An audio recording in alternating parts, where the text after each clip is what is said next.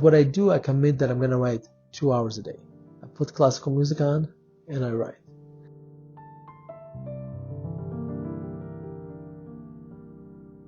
Let me tell you about my writing process. And this is something that I wish I could say I had this writing process all my life. I didn't.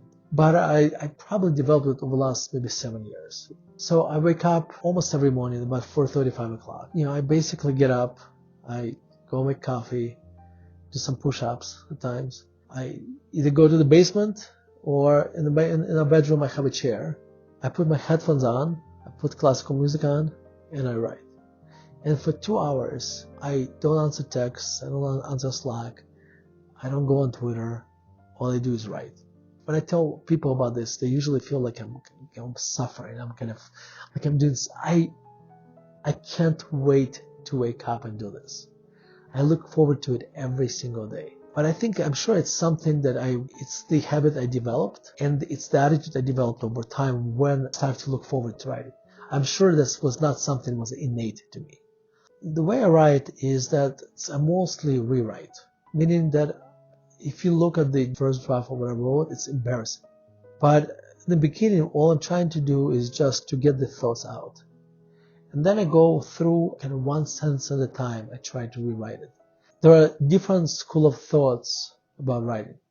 There's a school of thought that some writers, some authors write 2,000 words a day. That doesn't work for me. But what I do, I commit that I'm going to write 2 hours a day. Okay, because what I find is that there are a lot of times when I spend weeks coming to computer every morning and have this date and the muse doesn't show up. And when this happens, that means there's a certain insecurity, or I haven't thought something through yet. And that sitting in front of the computer staring and listening to music helps me to get the idea out. Now, what's important is this. When I have those days when I would leave the computer and the screen is blank, I would feel very angry at myself. But then I learned to forgive myself. And here's why. Because now I just tell myself, I'm just not ready yet. The idea is not ready to come out yet. But here's the thing. A lot of times what happens, by sitting in front of the computer for these 2 hours, I'm planting the seeds of the idea.